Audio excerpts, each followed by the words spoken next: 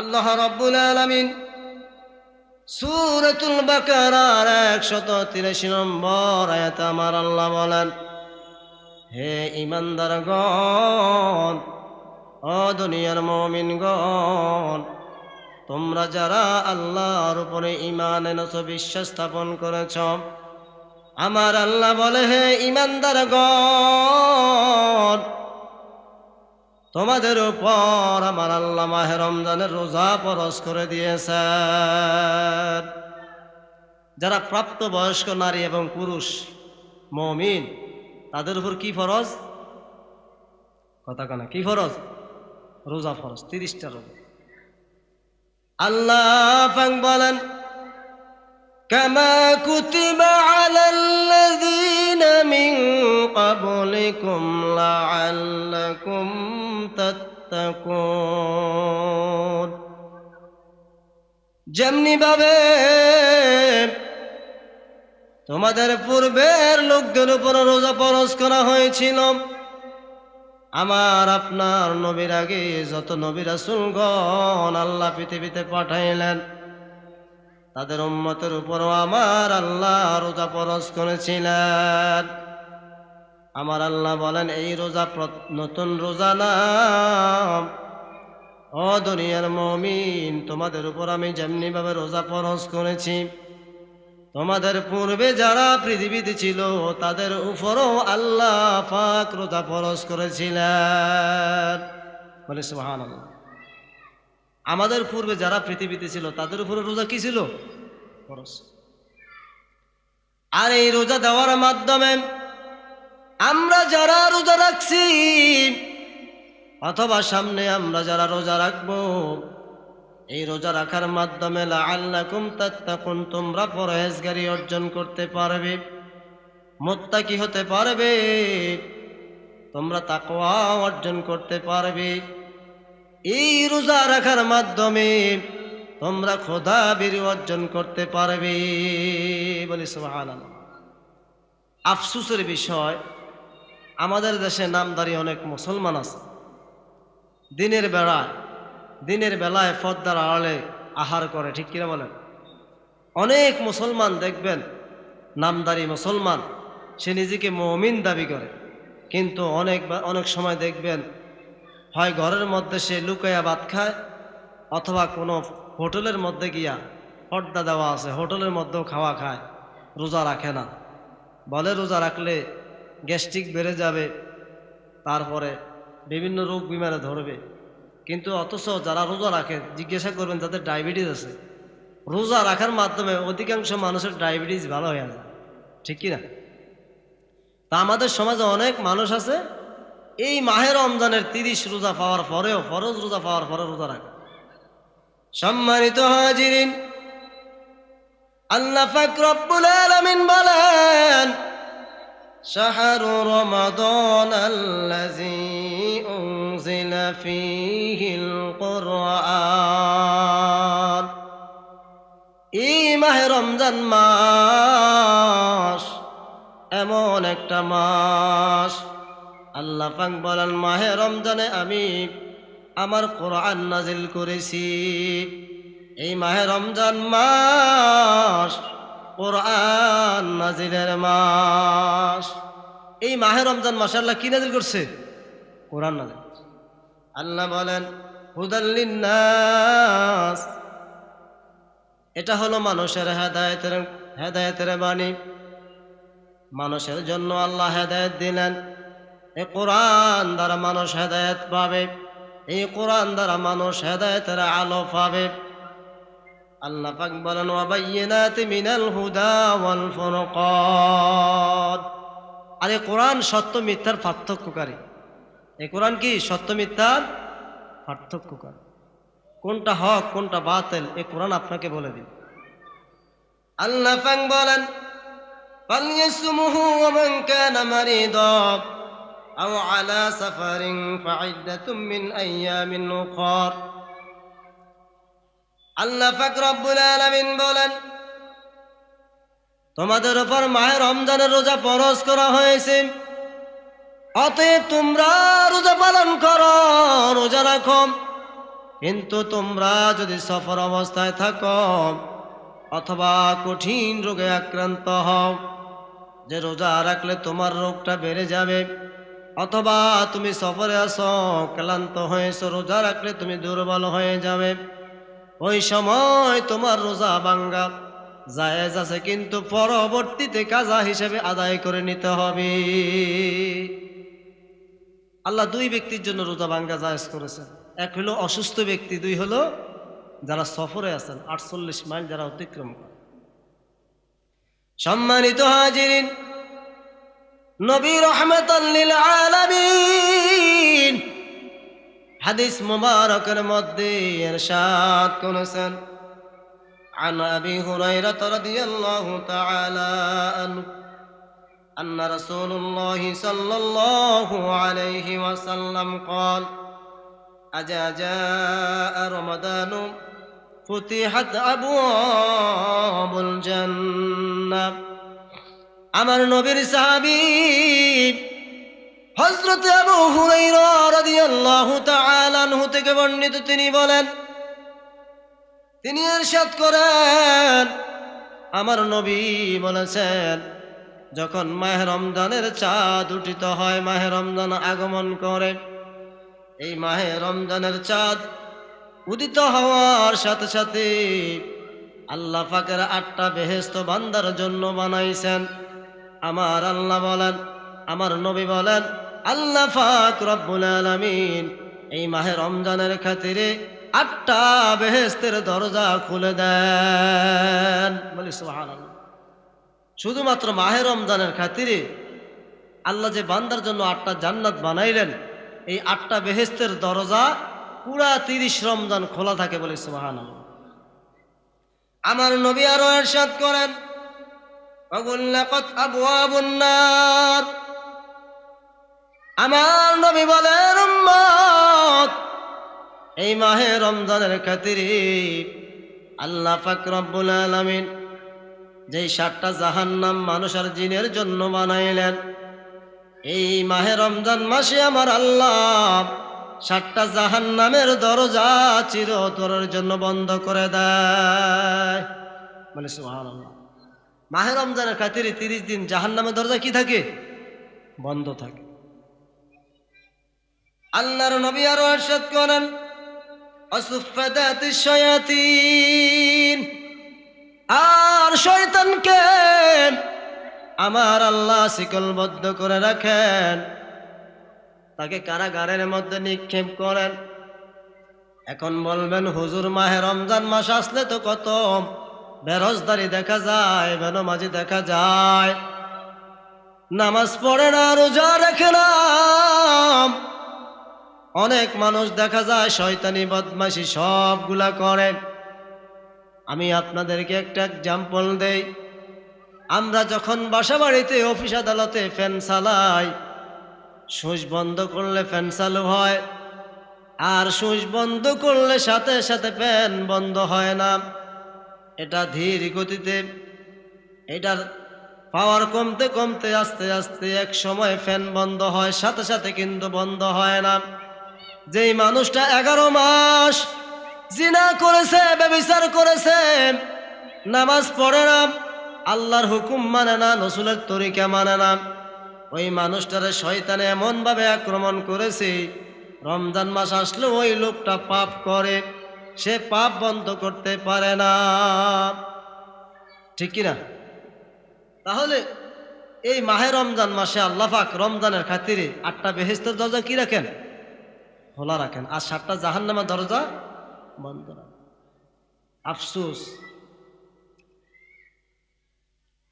সম্মানিত হাজিরিন, আমার নবী আরেক হাদিস মুবারক বলেন, عن أبي هريرة رضي الله تعالى عنه قال قال رسول الله صلى الله عليه وسلم إذا كان رمضان فتحت أبواب الرحمة। আমার নবীর সাহাবী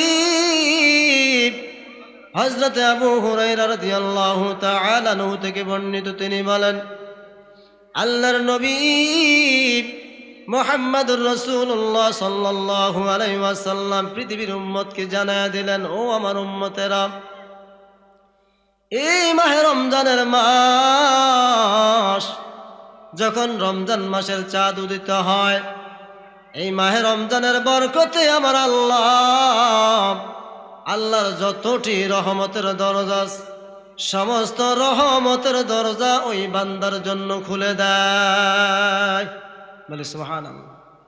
এই মাহে রমজান মাসের উসিলায় যত রহমত আল্লাহর আছে, সমস্ত রহমতের পর্দা আল্লাহ উঠায় দেয়। বলে সুবহানাল্লাহ। আচ্ছা, এগুলো কি বেরোজগারি পাইব?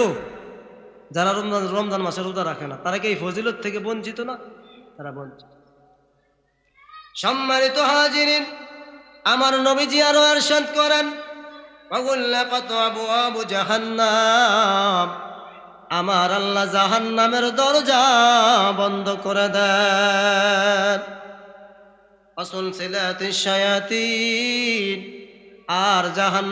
আর ওই শয়তানকে আমার আল্লাহ জাহান্নামের কারাগারে নিক্ষেপ করেন, তাকে শিকলবদ্ধ করে রাখা হয়। বলে সুবহানাল্লাহ। তাহলে এগুলো সব মাহে রমজানের খাতিরে। কিসের খাতিরে? মাহে রমজানের খাতিরে। এখন আল্লাহর নবী আরো ইরশাদ করেন, وعن أبي هريرة رضي الله تعالى عنه قال قال رسول الله صلى الله عليه وسلم صوموا لرؤيته وأفطروا لرؤيته فإن غم عليكم فأكملوا عدة شعبان 30। আল্লাহর নবী ইরশাদ করেন, ও পৃথিবীর উম্মত, তোমরা চাঁদ দেখে রোজা রাখবে আর চাঁদ দেখে রোজা ভাঙবে। আল্লাহর নবী বলেন যে হযরত আবু হুরায়রা থেকে বর্ণিত হাদিসটি আল্লাহ রাসূল ইরশাদ করেন, তোমরা চাঁদ দেখে রোজা রাখবে। চাঁদ দেখে কি? রোজা রাখবে, আর চাঁদ দেখে রোজা ভাঙবে। আল্লাহর নবী আরো ইরশাদ করেন, عن أنس رضي الله تعالى عنه قال قال رسول الله صلى الله عليه وسلم تسحروا فإن في السحور بركات। আমার নবীর সাহাবী হযরত আনাস রাদিয়াল্লাহু তাআলা আনহু থেকে বর্ণিত, তিনি বলেন, নবী মুহাম্মদুর রাসূলুল্লাহ সাল্লাল্লাহু আলাইহি ওয়াসাল্লাম ইরশাদ করেন, ও পৃথিবীর উম্মত, আমার নবী তোমাদেরকে জানায় দিলেন, আমার যে উম্মতেরা রমজান মাসে আরামের বিছানা ত্যাগ করে সেহরি খাওয়ার জন্য ঘুম থেকে উঠে যায়, পরের দিন রোজা রাখার জন্য আগের দিন রাত্রে সেহরি খাওয়ার জন্য ওঠে, আমার নবী বলেন, উম্মত, তোমরা যাহারা সেহরি খাওয়ার জন্য উঠে যাও, রোজা রাখার জন্য সেহরি খাও, তোমরা যাহারা মাহে রমজানের রোজা রাখার জন্য সেহরি খাও, আল্লাহ রাসূল বলেন, এই সেহরি খাওয়ার মধ্যে আমার আল্লাহ বরকত রেখেছেন। বলি সুবহানাল্লাহ। এই সেহরির মধ্যে কি আছে? বরকত আছে। বলি সুবহানাল্লাহ। হে রাসূল, তোমায় ভালোবাসি,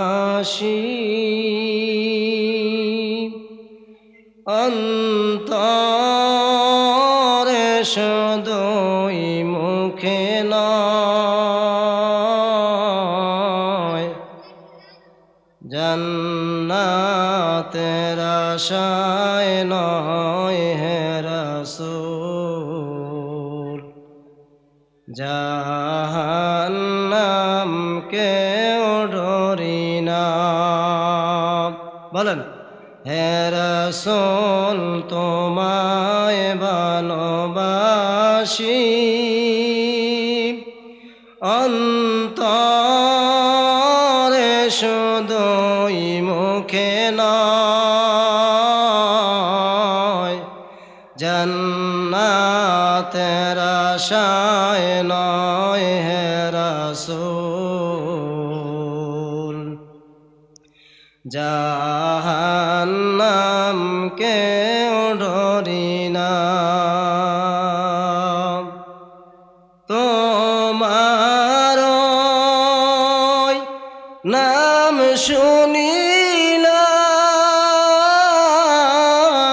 শুনিলাম এই চোখে দেখলাম না তোমার নাম শুনিলাম এই চোখে দেখলাম না এই সুর যদি শুনে থাকো একবার দেখা দাও না এই সুর যদি শুনে থাকো একবার দেখা দাও না হে রাসূল তোমায় ভালোবাসি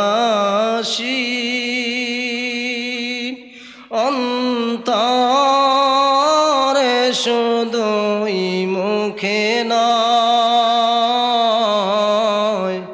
জান্নাতের আশায় নয় হে রাসূল জাহান্নাম কেউ ডরি না জোরে বলি মারহাবা তাহলে বলতেছিলাম আল্লাহর নবী ইরশাদ করেন عن حفصة رضي الله تعالى عنه قالت قال رسول الله صلى الله عليه وسلم من لم يجمع الصيام قبل الفجر فلا صيام له হযরত হাফসা রাদিয়াল্লাহু তাআলা আনহা থেকে বর্ণিত তিনি বলেন নবী মুহাম্মদুর রাসূলুল্লাহ সাল্লাল্লাহু আলাইহি ওয়াসাল্লাম ইরশাদ করেন যে ব্যক্তি ফজর হওয়ার পূর্বে রোজার নিয়ত করে না ওই ব্যক্তির রোজা কবুল করা হবে না ফজর হওয়ার আগে আপনাকে রোজার কি করতে হবে নিয়ত করতে হবে নিয়ত করা কি ফরজ আপনি যে আগামীকাল রোজা রাখবেন এই রোজার নিয়ত আপনাকে করতে হবে আল্লাহর নবী বলেন আমার যে উম্মত ফজরের আগে আগে মাহে রমজানের নিয়ত করবে না আল্লাহর নবী বলেন ওই উম্মতের রোজা আল্লাহ কবুল করবে না তাই রোজা কবুল হওয়ার জন্য শর্ত হলো ফজরের আগে আগে আপনাকে নিয়ত করতে হবে ইনশাআল্লাহ রোজা রাখার নিয়ত করবেন তো আমরা রোজা রাখবো আমাদের স্ত্রী পুত্র ছেলে মেয়ে ভাই বোন আত্মীয় স্বজনকে রোজা রাখার জন্য নসিহত করবো ইনশাআল্লাহ রাজি আছেন তো সবাইকে রোজা রাখার জন্য বলবেন সম্মানিত হাজিরিন আমার নবী আরো ইরশাদ করেন وعن أبي هريرة رضي الله تعالى عنه قال قال رسول الله صلى الله عليه وسلم إذا سمع النداء أحدكم والإناء في يده فلا يدعه حتى يقضي حاجته منه رواه أبو داود আমার নবীর সাহাবী হযরত আবু হুরায়রা রাদিয়াল্লাহু তাআলা আনহু থেকে বর্ণিত তিনি বলেন যখন আমার উম্মতের মাঝে কোনো উম্মত যখন সেহরি খাওয়ার জন্য সে তার সামনে সেহরি খাওয়ার জন্য পাত্রটা নিল আহার করবে আহার সামনে নিল সে যখন খাইতে যাবে তখন আজানের ধ্বনি আসলো এরকম আলামত আমাদের সমাজে হয় কিনা বলেন আপনি ঘুমিয়েছিলেন আপনি সজাগ পান না এমন সময় সজাগ পাইছেন তাড়াতাড়ি করে আপনি যখন চেয়ার নিয়ে বসলেন এমন সময় আজান হয়ে যাইতেছে মসজিদের ইমাম সাহেব আজান দিচ্ছে, এই মুহূর্তে আপনার জন্য করণীয় কি? আমার নবী ইরশাদ করেন, ও আমার উম্মত, তুমি সেহরি খাওয়ার জন্য বসে গেলা, এখন সেহরি খাইবা। এই সময় মসজিদের মধ্যে ইমাম সাহেব আজান দিচ্ছে, এই সময় তোমার জন্য করণীয় কি? আমার নবী ইরশাদ করেন, ওই সময় এমন পরিমাণ আহার তুমি করবা, তুমি এমন পরিমাণ খাদ্য খাইবা, যেই পরিমাণ সেহরি খাইলে পরের দিন তুমি রোজা রাখতে পারবে, রোজা রাখতে তোমার কোনো অসুবিধা হইবে না। ওই পরিমাণ সেহরি তোমাকে খেতে হবে। আজান দিছে দেখ, কিন্তু আপনি যদি না খান পরের দিন কি রোজা রাখতে পারবেন? পারবে না। এটা হলো যারা সজাগ পায় না, কিন্তু এখন আজানের সময় সজাগ পাইছে। এই মুহূর্তে এই ব্যক্তি কয়েক লোকমা খাইতে হবে, যেই পরিমাণ খাইলে অন্তত পরের দিন রোজা রাখতে পারবে, তার শরীর দুর্বল হবে না, তার কষ্ট হবে না। আমার নবী বলেন, ওই পরিমাণ সেহরি তুমি খেয়ে নাও। বলে সুবহানাল্লাহ। তাহলে এখন আমাদের সমাজে এক শ্রেণী বলে যে আজান দিলে সেহরি খাওয়া কি নেই, জায়েজ নাই। এই হাদিসটা আল্লাহ রাসূল ইরশাদ করেছেন। তাহলে আজান শোনার পরেও যেহেতু তুমি কিছু খাও নাই, এখন আজান দিছে, এমন পরিমাণ তুমি খাও তোমার প্রয়োজন মতো, যেটা খাইলে তুমি পরের দিন কি রোজা রাখতে পারবে, তোমার কোনো অসুবিধা হবে না। বলে সুবহানাল্লাহ। আল্লাহর নবী আরো ইরশাদ করেন, ওয়ান সালমান ইবনে আমির রাদিয়াল্লাহু তাআলা আনহু قال قال رسول الله صلى الله عليه وسلم إذا أفطر أحدكم فليفطر على تمر فإنه بركة فإن لم يجد فليفطر على ماء فإنه طهور। আল্লাহর নবীর সাহাবী ইরশাদ করেন, আল্লাহ রাসূল বলেন, আমি কি সফরে থাকাকালীন রোজা রাখবো? একজন সাহাবী আমার নবীকে প্রশ্ন করেন, আমি কি সফর থাকা অবস্থায় রোজা রাখতে পারবো কি? আর তিনি বেশি বেশি রোজা রাখতেন, এই লোকটা বেশি বেশি করে রোজা রাখতেন। সে বলতেছেন, আমি কি সফর অবস্থায় রোজা রাখবো? আমার নবী বলেন, যদি চাও তবে তুমি রোজা রাখতে পারো। বলে সুবহানাল্লাহ। যদি তোমার মনে চায় তুমি কি করো? রোজা রাখতে পারো, কোনো অসুবিধা নাই। আর যদি চাও তবে রোজা ভাঙতেও পারো, তাহলে তার এখতিয়ার আছে। আমার নবী বলেন, সফরে থাকা অবস্থায় তাকে এখতিয়ার দিছেন, অনুমতি দিছেন। আমার নবী বলেন, যদি তুমি সফরে থাকো, ক্লান্তি অনুভব করো, তুমি ইচ্ছা করলে রোজা কি করতে পারবে? ভাঙতে পারবে। আবার ইচ্ছা করলে রোজা রাখতেও পারবে, সেটা তোমার ইচ্ছা। যদি তুমি ভালো মনে করো যে আমি রোজা রাখলে আমার কোনো অসুবিধা হবে না, আমার কোনো কষ্ট হবে না, সফর করার পরেও তুমি রোজা রাখতে পারবে, কোনো অসুবিধা নাই।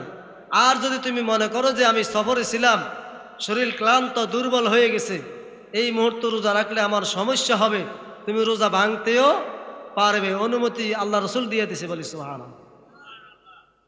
সম্মানিত হাজিরিন, আমার নবীজি একাধারে রোজা রাখতেন। ওই সময় অভাব অনটন ছিল, আমার নবীর ঘরে কোনো খাওয়া ছিল না, আহার ছিল না। আমার নবী রোজা রাখতেন, আবার সাহাবায়ে কেরামগণ আমার নবীকে দেখে দেখে রোজা রাখতেন। অনেক সাহাবী রোজা রাখতে গিয়া তাদের চক্ষু ভিতরে চলে গেছে, চেহারা শুকিয়ে গেছে। আমার নবী বলে, সাহাবীরা কি ব্যাপার, কেন তোমাদের চক্ষু ভিতরে চলে গেল, তোমাদের চেহারা শুকিয়ে গেল, তোমাদের শরীর দেখে মনে হচ্ছে দুর্বল। সাহাবায়ে কেরামগণ বলে, ইয়া রাসূলুল্লাহ, আপনি নবী রোজা রাখতেছেন, আমরাও আপনাকে দেখে দেখে রোজা রাখতেছি, আমাদের ঘরে কোনো আহার নাই, খাওয়া নাই। আমার নবী বলেন, তোমরা জেনে রাখো, আইয়ুকুম মিসলি, আমার মতো কে আছে? আল্লাহ পাক রব্বুল আলামিন আমার নিদ্রার মধ্যে আল্লাহ আমাকে খাওয়ায়। বলি সুবহানাল্লাহ। আইয়ুকুম মিসলি, কে আছে আমার মতো? বলেন তো, আমার নবীর মতো পৃথিবীতে কেউ আছে? আফসোসের বিষয়, আজ আমার আপনার মতো এক শ্রেণীর বক্তা আছে, স্টেজের মধ্যে বসলে বলে জনাব মোহাম্মদ, আমার নামের আগে রাখা হয় জনাব, আপনার নামের আগে বলা হয় জনাব, একজন মেতরের নামের আগে বলা হয় জনাব, ঠিক কিনা বলেন? কিন্তু আমার নবীর নামের আগে জনাব বলা জায়েজ নাই। যে একজন মুমিন সে কোনোদিন আমার নবীর নামের আগে জনাব বলতে, এখন তো এক প্রকার হাইব্রিড বক্তা বাড়িছে, কথায় কথা বলে জনাবে মোহাম্মদ, বলে কিনা বলেন? জনাব আমার আপনার জন্য প্রযোজ্য হতে পারে, কিন্তু আমার নবীর নামের আগে জনাব প্রযোজ্য। এমন কোন বক্তা যদি বলতে পারো যে কোন হাদিসের মধ্যে সাহাবায়ে কেরামগণ আমার নবীর আগে জনাব পড়ছে বা জনাব বলছে, ওই দিন থেকে আমি ওয়াজ করা বন্ধ করে দিই। এমন কোন কোরআনের আয়াত নাই যে দেখাইতে পারবে কোন আয়াতের ব্যাখ্যায় আমার নবীর নামের আগে আল্লাহ জনাব ব্যবহার করছে, আছে কিনা বলেন? নাই। লক্ষ লক্ষ হাজার হাজার হাদিস মোবারক আছে, কোন হাদিসের মধ্যে আমার নবীর আগের জনাব নাই। কোরআনের ৬,০৬৬ আয়াতের মধ্যে যত জায়গায় আমার নবীর নাম আল্লাহ উচ্চারণ করছেন, কোন জায়গায় আমার নবীর আগে নামের আগে জনাব নাই। আল্লাহ পাক বলছেন তোহা, ইয়াসিন, ইয়া আইয়ুহাল মুজাম্মিল, ইয়া আইয়ুহাল মুদ্দাসসির, অথচ কোথাও আল্লাহ পাক আমার নবীর নামের আগে জনাব ব্যবহার করে নাই। আরেকটা বাড়িছে এখন বলে বিশ্ব নবী, বলে কিনা বলেন? যত লক্ষ লক্ষ হাদিস আছে, কোন হাদিসের মধ্যে সাহাবায়ে কেরামগণ আমার নবীকে বিশ্ব নবী বলে না। এমনকি আমার আল্লাহ কোরআনে কোথাও আমার নবীর নামের আগে বিশ্ব নবী বলে, কিন্তু আমরা এক শ্রেণীর বক্তা আছি, স্টেজে উঠলেই বিশ্ব নবী বলি। বিশ্ব নবী বুঝায় পৃথিবীর নবী। আমার নবী কি শুধু পৃথিবীর নবী? আমার নবী, আমার আল্লাহ পাক বলছেন আল্লাহ হলো রব্বুল আলামিন, কুল কায়নাত, আসমান জমিন চন্দ্র সূর্য গ্রহ নক্ষত্র যত মাখলুক আল্লাহ, আল্লাহ যত জায়গার রব, তত জায়গার আমা আরসালনাকা ইল্লা রাহমাতাল লিল আলামিন, তত জায়গার রহমত আমার আপনার নবী বলেন সুবহানাল্লাহ। আপনি বলতে পারেন বিশ্ব জাহানের নবী, যত জগতের রব আমার আল্লাহ, তত জগতের রহমতকে আমার আপনার নবী নবী মুহাম্মদুর রাসূলুল্লাহ সাল্লাল্লাহু আলাইহি ওয়াসাল্লাম। তাহলে হাদিস শরীফে যদি আমার নবীর আগে জনাব না থাকে, হাদিস শরীফের মধ্যে যদি আমার নবীর আগে বিশ্ব নবী না থাকে, এই কথা কি আমার আপনার মুখে প্রযোজ্য বানায়? আমরা কি বলতে পারি? কখনো বলতে পারি। আমার নবী সামনে যেমন দেখতেন পিছনে তেমন দেখতেন। আমার নবীজি যখন ইমামতি করতেন, কোন সাহাবী কিভাবে পিছনে নামাজ পড়তেন, কারো যদি নামাজ ভুল হইতো আল্লাহর রাসূল সালাম ফিরাইবার পরে তাকে সংশোধন করে দিতেন। আমরা যারা ইমামতি করি সামনে দেখি, পিছনে কিছু দেখিনি। কোন মুসল্লি কোন হাওলতে আছে আমরা কি দেখি? দেখি। কিন্তু আমার নবীর সামনে আল্লাহ পিছনের দৃশ্যটা দেখায় দিতেন, কোন সাহাবী কিভাবে নামাজ পড়ে আল্লাহ রসুলকে আল্লাহ পাক দেখায় দিতেন। সালাম ফিরাইবার পরে আমার নবীজি ওই সাহাবীকে বলে দিতেন নামাজটা এইভাবে হবে, এইভাবে হবে না, এইভাবে হবে। তাহলে আমার নবী সামনে যেমন দেখেন পিছনে কি তেমন দেখেন। কিন্তু আমরা সামনে দেখি, বলেন আমরা কি পিছনে দেখি? সেই ক্ষমতা আমাদের আছে? আমার নবী সাহাবীদেরকে দিয়ে নিয়ে রওনা করলেন, একটা কবরস্থানের কিনারায় দাঁড়াইলেন, আর আমার নবী সাহাবীদেরকে বললেন খেজুরের ঢাল নাও। খেজুর গাছ থেকে ঢাল নিলেন, এটাকে দুই খণ্ড করে দুইটা কবরের উপরে আমার নবীজি কুফে দিলেন। সাহাবায়ে কেরামকে নিয়ে কবর জিয়ারত করলেন, আল্লাহর কাছে দোয়া করলেন, তাদের জন্য নাজাত কামনা চাইলেন, নাজাতের দোয়া করলেন। সাহাবায়ে কেরামগণ প্রশ্ন করে ইয়া রাসূলুল্লাহ, আপনি খেজুরের ডাল নিলেন, দুইটা কবরে দুইটা খণ্ড কুপে দিলেন, আবার তাদের জন্য দোয়া করলেন, কারণ কি? আমার নবী বলে ও সাহাবা, হে আমার সাহাবারা তোমরা জেনে রাখো, আমি নবী যা দেখি তোমরা তা দেখো না। আমি দেখতে পাইলাম এই কবরগুলোর মধ্যে জাহান্নামের আযাব। আমার নবীজি কি আল্লাহ পাক কবরের আযাব দেখাইতেন, কে বেহেশত আছে কে দোজখ আছে নবী দেখছে। আমরা যে যত লক্ষ লক্ষ হাজার হাজার কবরের কিনারে দিয়ে গেলাম, কত মানুষের কবর জিয়ারত করলাম, আমরা কি কোনোদিন জানতে পারলাম কবরে কি আযাব না বেহেশত? আমরা দেখছি কোনোদিন? এখন আমার নবীজি খেজুরের ডাল কুফি দিলেন এই জন্য, এই খেজুরের ডালটা যতদিন তসবিহ পড়বে, মনে রাখবেন আসমানের নিচে জমিনের উপরে যত মাখলুক আছে, যত গাছ গাছের আছে, সব কার প্রশংসা করে? আল্লাহর প্রশংসা। এই খেজুরের ডাল যতদিন আল্লাহর জিকির করবে, তসবিহ পড়বে, ততদিন কবর আযাব বন্ধ থাকবে বলি সুবহানাল্লাহ। আমার নবীর দেখানো সুন্নত আমরা পালন করি। আমাদের আত্মীয় স্বজন মারা গেলে আমরা কবর উপরে খেজুরের ডাল দেই কি দেই না? দেই কিনা বলেন? সম্মানিত হাজিরিন, আবার অনেক কবর দেখছি যেদিন মারা যায় ওই কবরের উপরে যেই খেজুরের ডাল দেওয়া হয়, মাসকে মাস চলে যায়, বছরকে বছর চলে যায়, খেজুরের ডাল শুকায় না। এরকম দৃশ্য আপনাদের চোখে পড়ছে কিনা? দেখছেন না আপনারা? আমি দেখছি। মারা গেছে 5 মাস 6 মাস চলে গেছে, কবরের উপরে যে ডাল দিছে ডাল শুকায় না। এটা কার হিকমত? আল্লাহর হিকমত। এটা কার কৌশল? আল্লাহর কৌশল। সম্মানিত হাজিরিন, এটাও আল্লাহ পাকের কুদরত। আমার নবী বলেন,